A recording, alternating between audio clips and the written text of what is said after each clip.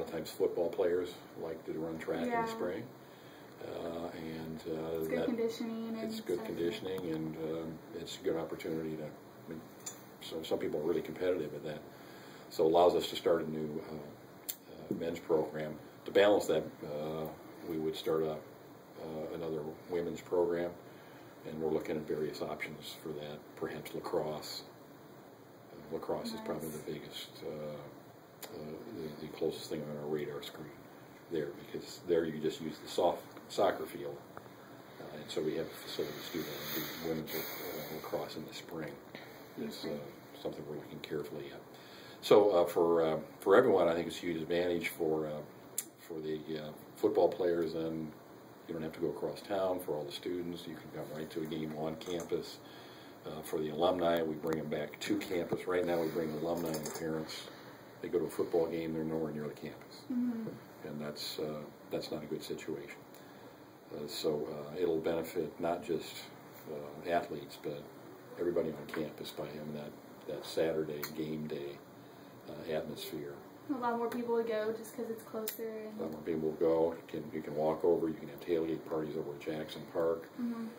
We can do a lot more things there that are just hard to do, and it'll be smaller as well. So we have we have good crowds that come to the TLU football games, but it still looks like a small crowd because the stadium is 8,000 or so.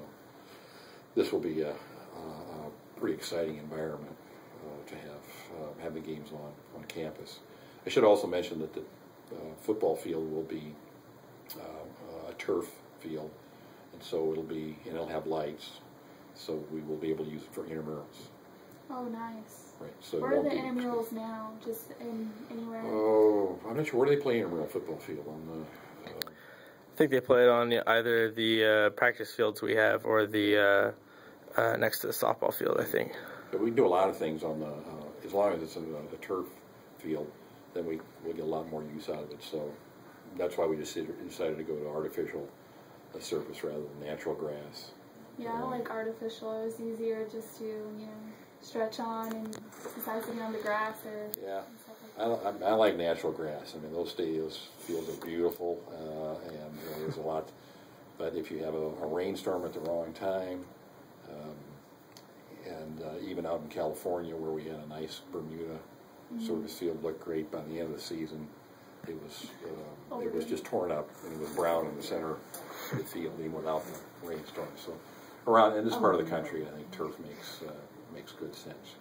Yeah, that's what we had at our high school too. So it's pretty fun. Yeah, a lot of people are, and it's much better than it used to be.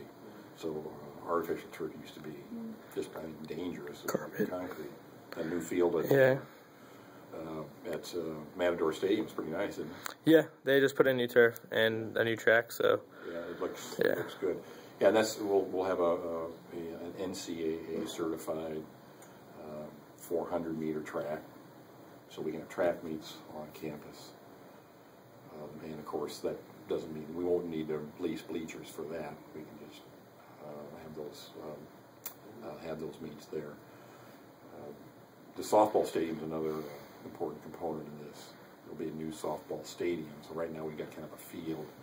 It's not a great field though, but we're envisioning an actual complex for softball with lights, also artificial surface, and a covered stadium, a covered seating there, and much better amenities, restrooms, etc. that are right there. So that's going to be a real boon to our softball program also. It's kind of a good thing for everybody. It'll just cause everybody to go up and everything. Like, it'll cause more people to come here, probably. Yeah, I think so. There'll be more things happening on campus over the weekend. We know that's one of the concerns students have, is there's not enough happening on campus on the weekend.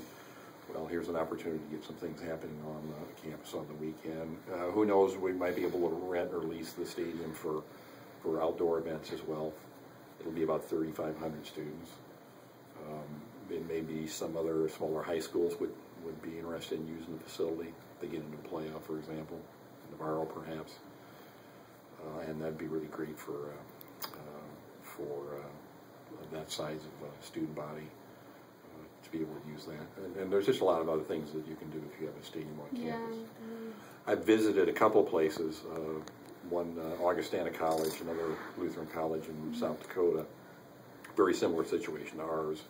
I know the president up there, and they were playing in a city stadium for years and years. I played up there, and games were not on campus, and you never went to the campus. They built a new football stadium on campus, and it's just been an energizing impact on all the students there. He Just had a lot. morale impact. Raises morale, it gets people excited. Most of the students, almost all the students we've talked to are real excited about the prospect of having that on campus. Fun. And it'll clearly help recruiting for the football team. And I think people like to play on campus. They like to play in front of their friends, and we like to bring the alumni and parents back to campus for those events as well. So that's the plan. So when we get to the point where we think we can afford $4 million worth of a project, which is roughly what it would be, we'll break ground as soon as we can. We've been doing a lot of fundraising ever since I got here.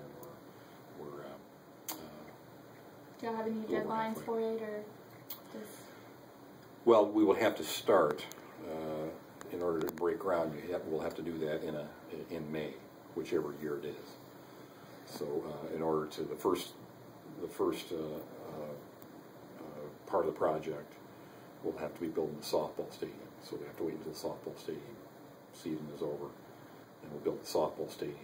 That will impinge upon where the practice fields are, football practice fields are. So then we'll have to build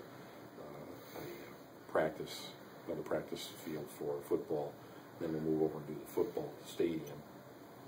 And I mean, the earliest we would be able to be on campus would be fall of 2014. So it'll take a full year to build that out. So we'll be at Matador Stadium for at least one more year. I hope only one more year. That would be great if we can start it in May. But that's subject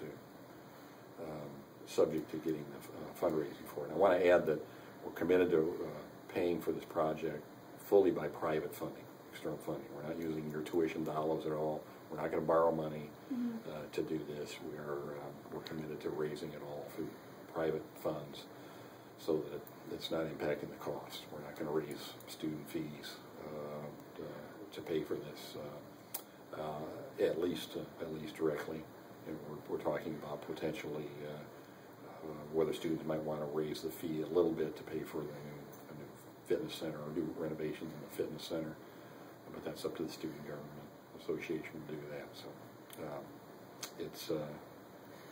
it's totally a fundraising project. So we have to raise it all through gifts from individuals and hopefully some corporations as well. Yeah, I'm pretty sure if the students, they would be more than happy to probably donate, or if y'all had fundraising efforts, they'd probably be.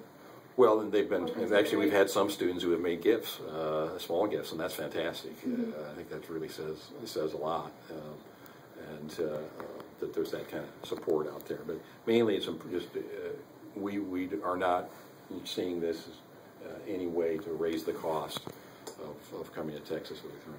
And so by doing private fundraising, it won't. Sounds like a win-win for everybody. I think it is a win. I think it is a win. It's also a win-win for the alumni as well.